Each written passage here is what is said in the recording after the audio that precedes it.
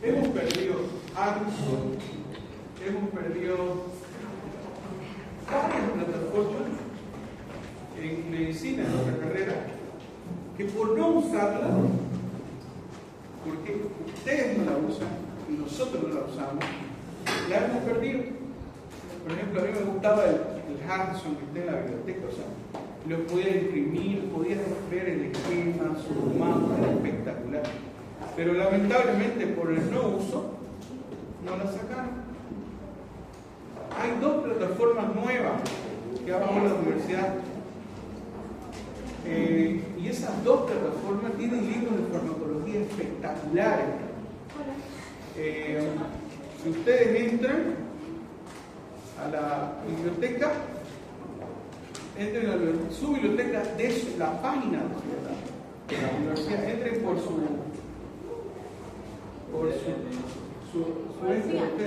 su CIA. A ver, entren. Resulta que nos han dado dos páginas y hay dos libros de farmacología espectaculares. Hay de todo. Un libro que recién ha salido de farmacología vale 1.700 bolivianos. Ahí está gratis. O sea, lo tienen ahí. ¿No tienen internet?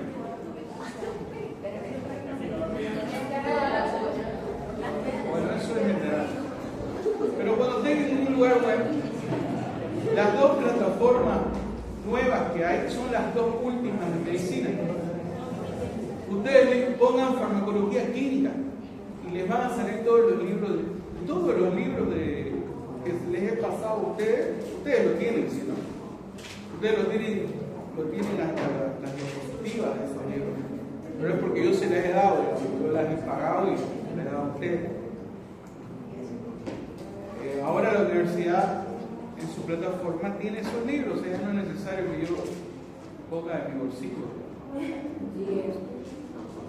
Pero bueno, es lo que la universidad. Pero me dijo la licenciada, me dijo de biblioteca, si sus estudiantes no lo usan, doctor, se va a salir, van a sacar la duda. Entonces ahí tienen revistas y tienen libros. Por lo menos entren un ratito y miren, digamos, ¿no? O sea, para que no nos la quiten. Yo entro cada rato, estoy entrando, mirando, y creo que, no sé si sabrán los otros docentes, pero trato de decirle, a ver, le voy a decir al periodista para que lo vean, y no nos la quiten. Bueno, pero eso estoy. Espero que. Pasa que aquí no hay señal, pero ¿No hay señal? no, aquí no, nunca hay internet. Bueno, vamos a tocar un tema muy bonito que me dirán que es medicamentos para la tos.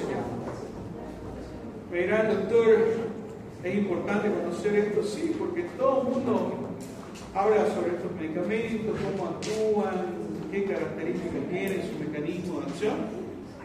Pero una de las situaciones que tenemos que saber de la tos, la fisiopatología de la tos, ¿no? Está relacionada principalmente con la defensa de las vías aéreas respiratorias y todas estas características histológicas, podemos decir, que forman parte del objetivo terapéutico. ¿Okay? Por ejemplo, el transporte ciliar. Hay medicamentos que pueden bloquear el transporte ciliar o pueden aumentar el transporte ciliar. El clearing alveolar, el depósito de partículas dentro del aparato respiratorio, reflejo defensivo contra agentes bacterianos.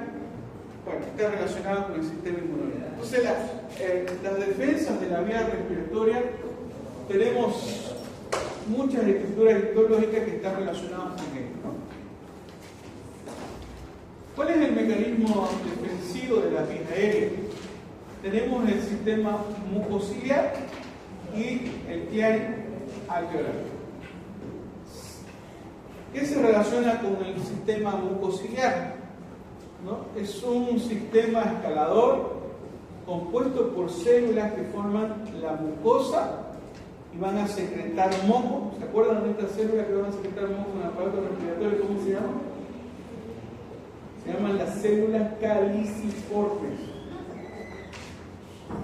Células ciliadas, y bueno, la producción de moco está relacionada con agua, mucopolisacáridos, electrolitos en la formación de este sistema. Por supuesto que hay que preservarlo y conservarlo. El clearing alveolar depende del drenaje linfático, transporte mucociliar, cuando está relacionado también con el flujo sanguíneo y células que tenemos, como por ejemplo los macrófagos, los leucocitos, los monocitos, en las características generales de un clearing alveolar adecuado. ¿Qué pasa cuando el clearing no está? O sea, cuando la eliminación no está funcionando, ¿no? Fisiopatología respiratoria. Hay un aumento de líquido principalmente. Pero bueno, esto está relacionado con el clearing alveolar y el sistema mucociliar. ¿Cómo funciona el reflejo de la tos? Centro de oxígeno vulvar, una vía aferente vagal, inicia con una inspiración profunda, relajación del diafragma, contracción muscular, de la glotis cerrada, por supuesto, aumenta la presión de la vía aérea en fase progresiva y por supuesto viene a hacer la expulsión abrupta, aérea y de secreciones de la fase expulsiva. Todo este proceso está relacionado con el reflejo de la tos, ¿no? Bueno, ¿qué causan? Tenemos muchas cosas que causan la tos, ¿no? Infecciones virales, asma, bronquitis crónica, neumonía, neoplasia, insuficiencia cardíaca, el reflujo gastroesofágico, infecciones respiratorias altas, rinitis y fármacos que pueden producir la tos. A ver, un ejemplo de un fármaco que produce la tos. ¿Se acuerdan de los inhibidores de enzima convertidora? Por ejemplo, el paciente que ustedes mismos hablaban de nalapril, captopril. A la tercera, cuarta semana, por ejemplo, el paciente está con tos. Y es una característica que no se lo vas a solucionar con antitusivos. Por supuesto que no. Eso se enmarca sacar el medicamento y tener ese efecto.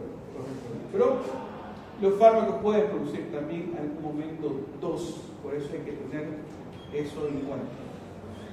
Cuando la causa es desconocida, el tratamiento debe ser siempre etiológico, sintomático, solo en tos irritativa, no productiva, que impide el descanso del paciente.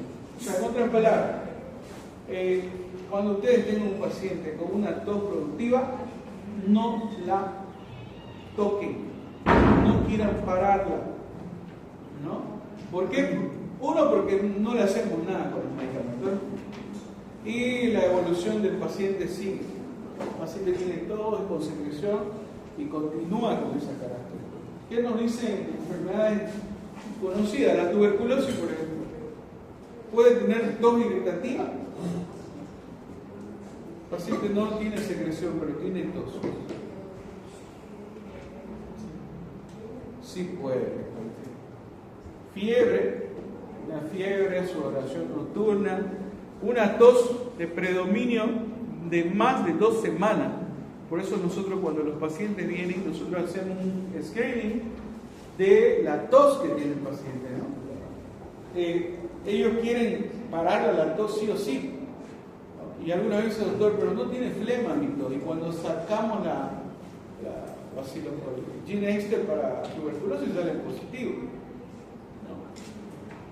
Entonces, aquí hay que tener en cuenta estas características. El síndrome toxígeno, el humo del cigarrillo, es peligro que provoca, por supuesto, síntomas relacionados con la tos. Ahora se ha visto, ustedes ya no fuman cigarrillo, no fuman, ¿qué se llama ahora? Son viciosos a eso. Dice, estaba escuchando a una, no hace mucho, desde ayer, sábado, estaba escuchando a una profesora de farmacología colombiana de investigación. Dice, las drogas ahora son nada a comparación de una droga que es la más vendida en el mundo y la que la persona tiene más adicción a esa droga. Y resulta que habla, ¿no?, sobre el fumar, que más que la cocaína, más que... Decía, ¿cuál es? Bueno, ¿cómo comenzaba la clase, no? Yo lo escuchaba. ¿Cuál es la droga más frecuente en nuestro medio?, decía la colombiana. Y le decía, la cocaína. No, decía la colombiana. El tusi. No, le decía la colombiana. Y cuando le dice el alcohol, casi cerca. Y no, me doy. El fumar. Tabaco. El fumar. La nicotina, en realidad. Bueno, entonces, interesante, ¿no?, lo que nos dice. ¿Por qué nos dice eso? Porque está relacionado con la adicción, el querer fumar. Uno comienza a fumar un cigarrillo y después aumenta y va aumentando las características de hacerlo. Hay una maniobra de esta, se llama Eileen, seguramente que la han visto en algún momento. Cubrir el puño contra la otra mano y presionar hacia arriba, ¿no?, y hacia adentro. Esta fuerza es suficiente para levantar el diafragma y, bueno, está la característica de una maniobra de obstrucción de vía aérea superior. Bueno, la ponen aquí en farmacología por las características terapéuticas que tiene ella sola en el momento de tener este tipo de situaciones. ¿Alguna vez han visto a alguien que se atraganta o no? ¿Han hecho esta maniobra o no? Voy a contar lo que sucedió una vez. De repente yo estaba de emergencia, a mí me gusta ir a la emergencia. Estaba solito, me acuerdo. Había un acto de una feria o algo por el estilo. Bueno, era hartísima gente. Y había médico y había una ambulancia allá. El paciente llegó cianótico todo, ya queriendo irse ya el paciente. Estábamos más o menos a unos 5 minutos, 7 minutos donde me lo trajeron, ¿no? Y las doctoras no pudieron hacer esta maniobra. ¿Pero por qué? Porque el paciente medía casi 2 metros y era así. Entonces la doctorita, sí, más o menos, a ver, no, pues yo no mido 2 metros y tengo más o menos unos 180 kilos el hombre. Lo que me dice la familiar fue que estaba comiendo y una carne se la atoró. Y las doctoras venían, ya, doctor, le hemos hecho y no podemos. Claro, en realidad no podían porque era el peso y las características, ¿no?, de las doctoras. Eran 2 doctoras, ya estaban sudando frío. Lo único que hice fue, me adapté a la situación, porque ni yo podía abrazarlo al hombre, ¿no? Ni yo podía abrazarlo. Entonces tuve que echarme con él en la camilla y le hacía con fuerza la misma maniobra, así el pedazano de carne que salió. Sí, y salía otro pedazo, Dios mío, respiró el hombre. Ya yo estaba por hacerle otra maniobra, que es la incisión, ¿no? Y es facilín hacerlo, es que estar tranquilo, ¿no? Eso pasó bien, me acuerdo de las doctoras que llegaron sudando, llegaron todo, no había cómo hacerlo, porque el hombre no tenía pues la característica, es como a ver cómo eran las chicas pues. A ver, una aquí como ella, más o menos como ella, era flaquita y así más o menos, imagínense. Pero hay que acomodarse, si ni yo podía agarrarlo, ¿no? Pero lógico, ella no, esa maniobra no, en la cabeza no está, pues, ¿no? Echarse en la camilla con él, ¿qué va a hacer en media plaza? Imposible, pues, ¿no? Entonces eso pasó bien, me acuerdo que vinieron y me agradecieron. Y yo le dije, bueno, hice una maniobra que era parte de esto, pero no exactamente así, ¿no? Tuve que echarme con él, porque esta maniobra va de atrás hacia adelante. Entonces me agaché y de esa forma fue que salió pedazando de carne. Iba a morir el paciente. Llegaba a unos 3 minutos más, yo creo que se iba. Bueno, unas cositas bonitas que por ahí.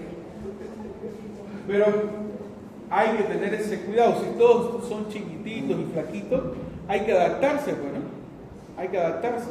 Si es grande y son los únicos, ustedes imagínense. No hay. Pueden morir, pues. Pero bueno, esas son las vivencias que uno tiene cuando está en lo bonito de la emergencia, ¿no? Que uno se tiene que adaptar a lo que hay. Las recomendaciones para aliviar la tos, esto está relacionado con todo. Mejor si no se da medicamento, ¿no? Una hidratación buena, adecuada para favorecer la formación de moco. Hay que hidratar al paciente, ¿no? Humidificación de la vía aérea. También algunos tienen a hacerlo en casa. Lo que hacen es poner una olla hirviendo pero el detalle es que no le echen de todo. Hay pacientes familiares que le echan todas las hierbas para morir, ¿no? Y el paciente empeora. Es con agua, es solamente agua.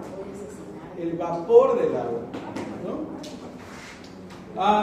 La reposición en posición semifogle, despejar el cuello de la ropa, aseo de las fosas nasales si hay con agua salina, mantener la habitación bien ventilada es muy bueno, ¿no? Aunque las características tienen este tipo de situación. Entonces,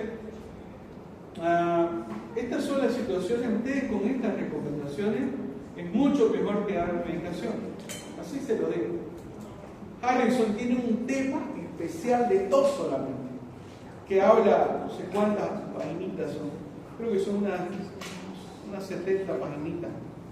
Habla solamente de tos. Y a lo último te dice, mejor si haces este tipo de situación no farmacológica, que está relacionada con una evolución favorable del paciente.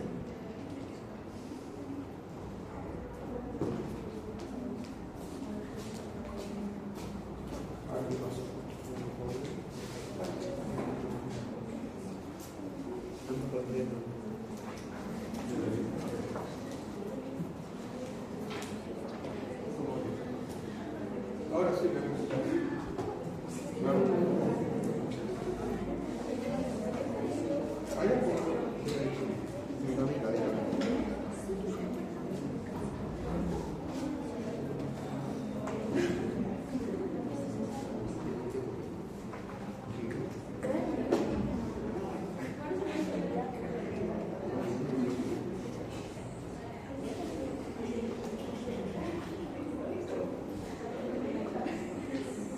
bueno, estos fármacos se clasifican en fármacos modificadores de la secreción bronquial, se llaman, ¿no? Algunos son mucolíticos y otros son expectorantes, ¿ok? Los mucolíticos modifican las propiedades físico-químicas de la secreción tractobronquial para que la expectoración sea más eficaz y cómoda.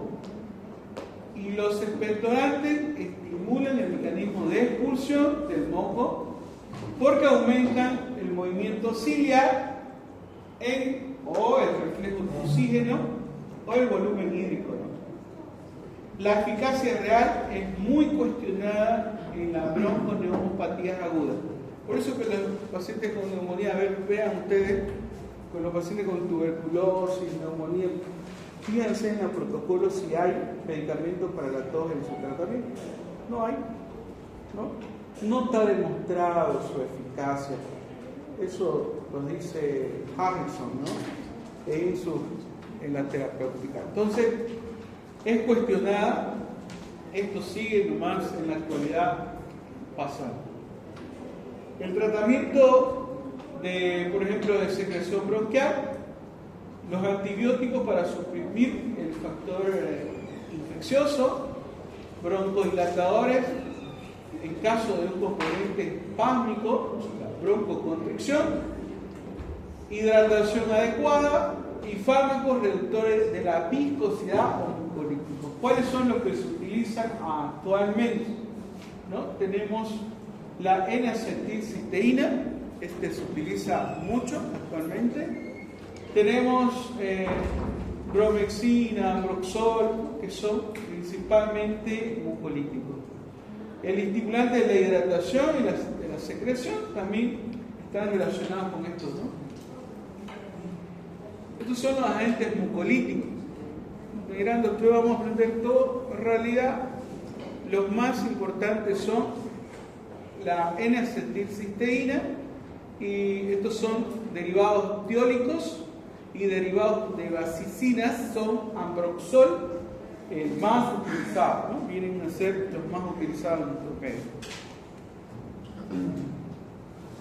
Entonces aquí tenemos la N-acetilcisteína, que es lo que hace, produce mucolisis, secreción, mucolítico, útil en estado de hiperviscosidad, con atelestasia ciliea, poco o nada útil en bronquiectasis, mucoviscosidad y sobreinfección, no está demostrado, pero en su característica de función. Por acción directa deprime la función ciliar y reduce las exacerbaciones de la bronquitis crónica. Vendemos en ampollitas de 3 ml, 300 miligramos. Vienen en sobre, pero también vienen en jarabecitos, ¿no? También están dentro de la presentación. Nos dice que en la intoxicación por paracetamol, la N-acetilcisteína es su antídoto. Tenemos en ampollita N-acetilcisteína. Buenísimo, re bueno. Aumenta la secreción mucociliar, por supuesto, y está relacionada con un tratamiento efectivo en este tipo de situaciones. La bromexina o ambroxol nos dice que en dosis alta estimula la secreción bronquial, es un mucolítico. En bronquiolitis crónica tiene acción contradictoria, no se utiliza prácticamente. Tenemos su distribución, su farmacocinética, la absorción por vía oral, distribución tisular, epitelial, innecesarios en neumopatías, nos dice, ¿no? Vienen en ambroxol, vienen hasta el comprimido, vienen, ¿no? Gotas, jarabes, como están. Tuve una vez una pacientita, una niña, hija de una doctora pediatra, tenía varios frasquitos de ambroxol. ¿Qué pasó? La niña, como es dulce, el jarabe es dulce, comenzó a tomar, se lo tomó 4 jarabecitos. Y gracias a Dios el ambroxol no tiene esa toxicidad como otros medicamentos, porque si se haya tomado paracetamol hay que estar en la línea de terapia. En este caso es un medicamento muy noble, tiene ventajas en las características toxicológicas, ¿no? Pero imagínense que tu hija se tome 4 así seguido. Los frasquitos los tenía ahí, llegó a la emergencia, estaba yo haciendo la rotación del tóxico en japonés, me acuerdo, y nos llegó un paciente así. Y lo atendimos. La mamá gritaba, lloraba y doctora, pediatra, se muere mi hija, doctor. Bueno, pero son las cosas que pasan, pues, ¿no? Y es un medicamento noble, ese registro nos pusimos a investigar. y comenzamos a sacar deducciones cómo teníamos qué teníamos que hacer en los protocolos, ¿no? Entonces, eso está relacionado con el ambroxol. Estos son fármacos expectorantes. Ya no lo utilizamos prácticamente, pero, o sea, fármacos que estimulan a la tos, en otras palabras. Ya no hay estos fármacos, solamente quedan en la historia. Pero, igual tenemos en combinado, ¿no? En combinaciones. Por ejemplo, el derivado del guayacol hay en combinaciones de medicamentos jarabe para nosotros. Pero ya no utilizamos, ¿no? La mayoría ya no se utilizan, pero en algunas situaciones está. Por ejemplo, el cloruro de amonio puede ser con el guayacol, ¿no? Pues vienen combinados, pero ya no lo utilizamos. Nauseativos tampoco. Pequeñas dosis tienen efectos expectorantes, ya no se utiliza. Tiene un nombre, se llama impecaguano. Es un jarabe que se lo utilizaba para intoxicaciones, o sea, provocaba el vómito. Como provocaba el vómito, nosotros agarrábamos y se los dábamos. Pero ¿qué pasaba? Pasa que le venía una neumonía por broncoaspiración. Por eso se dejó de dar, ya no se da. En la vida médica han sucedido varias de ese tipo. Estaba indicado, pero lamentablemente puede venir a ese tipo de...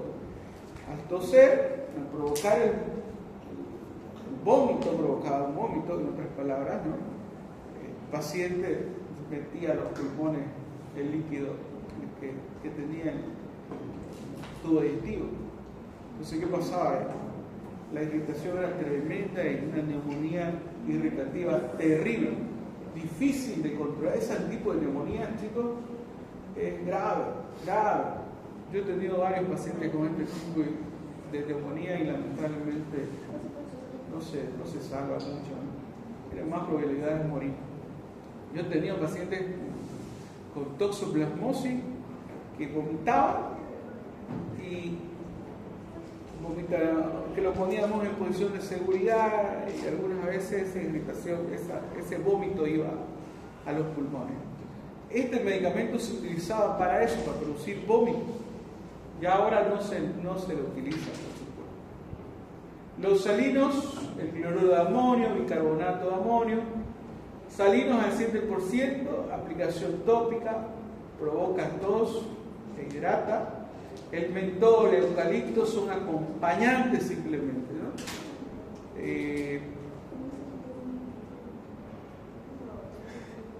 Y esos son mis alumnos. Ya.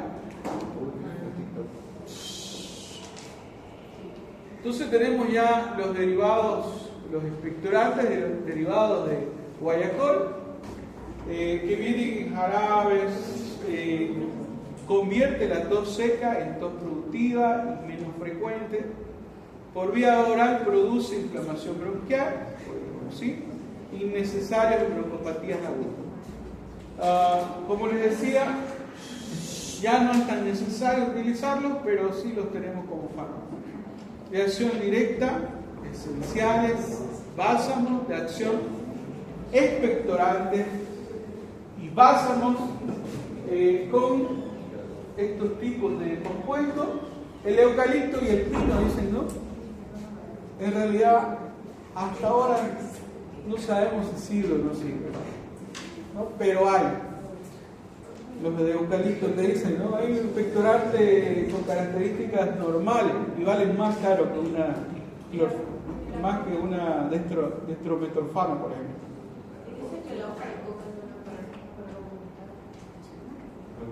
¿Para vomitar? Para no vomitar. Tiene altas propiedades, la hoja de coca.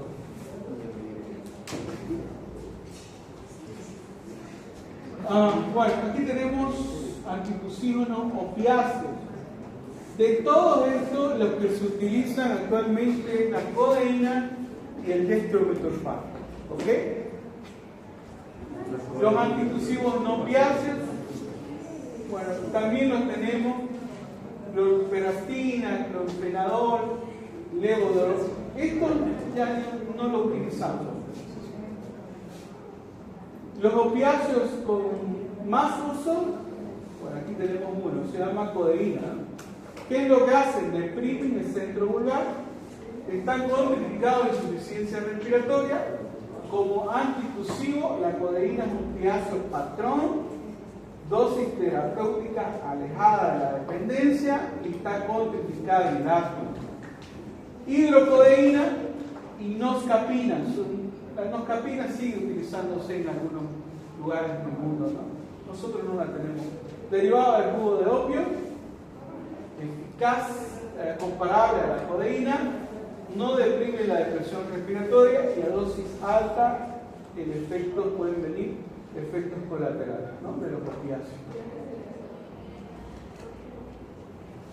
El que se utiliza es este, ¿no? Principalmente. Este es el que tenemos, es un sintético de la morfina, ¿no?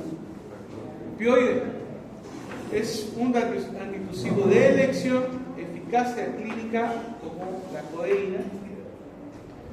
Y está relacionado principalmente con menos efectos secundarios, porque no pasa la barrera hematoencefálica. No produce el efecto de los opiáceos normalmente central. En niños, este es el medicamento de elección sin expectoración, o sea, sin secreción, dextrometorfano. Ahora, niños que puedan botar, ¿no? Por si acaso, porque no podemos inhibir lactosa. Acuérdense que solamente lo podemos utilizar en una tos sin expectoración. No le podemos dar dextrometorfano a un niño de 6 meses, imposible. Tenemos horrores, ¿no? Algunos le meten dextrometorfano. Los niños en edad que no pueden expulsar, no se les tiene que dar ningún medicamento de esto, ni uno no sirve. A lo máximo que podemos llegar a una nebulización para hidratar, con agua, como dijimos hace ratito, una hidratación normal, con agua. ¿Para qué? Para aumentar el clarén alveolar, o sea, aumentar lo que es todos los líquidos a nivel de las vías aéreas superiores. Verá, doctor, pero no es lo mismo asma, ya hemos visto asma, que una crisis de este tipo, de tos, está relacionada con otras características fisiológicas. ¿No? Ahí está, miren, reducción leve en secreción bronquial, pero estos son bien exclusivos en este tipo de patologías, ¿no? ¿Verdad? Rápido pasó. Estos son los no opiáceos, decimos no los tenemos, o sea, en la farmacia no vienen casi, ¿no? Pero sí los hay.